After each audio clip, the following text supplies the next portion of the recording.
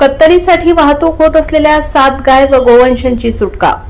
दिनांक 23 सप्टेंबर 2025 रोजी सकाळी 7 वाजेच्या सुमारास मालेगाव येथील गोरक्षकांच्या मदतीने वडनेर खाकुर्डी पोलिसांनी MH18 AA 6217 या बोलेरो पिकअप वाहनातून कत्तलीसाठी वाहतूक होत असलेल्या 7 गाय गोवंशांची वडगाव गावाजवळ सुटका केली आहे।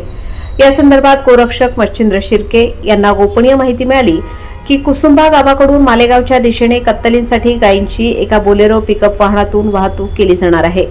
सदर वाहन कुसुंबा रोडवर वडगाव ग्रामपंचायतच्या समोर थांबल्यानंतर गोरक्षक व पोलिसांना असे निदर्शनास आले की बोलेरो पिकअप वाहन क्रमांक MH18 AA 6217 यामध्ये 7 गायींची दोरीने निर्दयतेने पाय तोंड घट्ट बांधून एकमेकांना इजा उत्पन्न होईल अशा पद्धतीने कुठल्याही खरेदीची पावती व जनावरांच्या वाहतुकीचा परवाना नसताना कत्तलीसाठी उद्देशाने बेकायदेशीरपणे वाहतूक करत आहेत। यावेळी वाहन चालक व त्यांचा साथीदार पळून जात असताना शेख युसुफ शेख भिकनला स्थानिक ग्रामस्थांनी पकडून पोलिसांच्या ताब्यात दिले।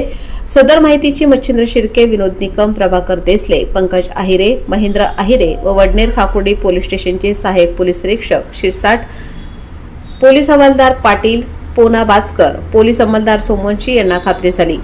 सदर घटनेची माहिती मच्छिंद्र शिर्के यांनी तात्काळ मालेगावचे अपर पोलीस अधीक्षक तेगवरसिंग संधू व नाशिक ग्रामीणचे पोलीस अधीक्षक बाळासाहेब पाटील यांना दिल्यानंतर वडनेर खाकुर्डी पोलीस स्टेशन अंतर्गत पोलीस पथक तात्काळ घटनास्थळी दाखल होऊन त्यांनी सदर सर्व गायी व श्री गोशाळा पांजरापोळ संस्था शाखा दाभाडी येथे पालनपोषणासाठी पाठवले।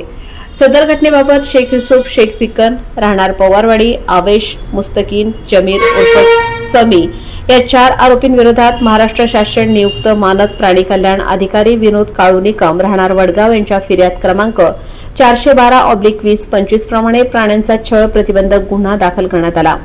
एकूण 64,000 किमतीची जनावरे व 1,20,000 रुपये किमतीचे वाहन असा एकूण अंदाजे 1,84,000 रुपयांचा मुद्देमाल जप्त करण्यात आला आहे। पुढील तपास पोलीस हवालदार विश्वास पाटील हे करत आहेत। वृत्तसंकलन तुषार गायकवाड, मालेगाव।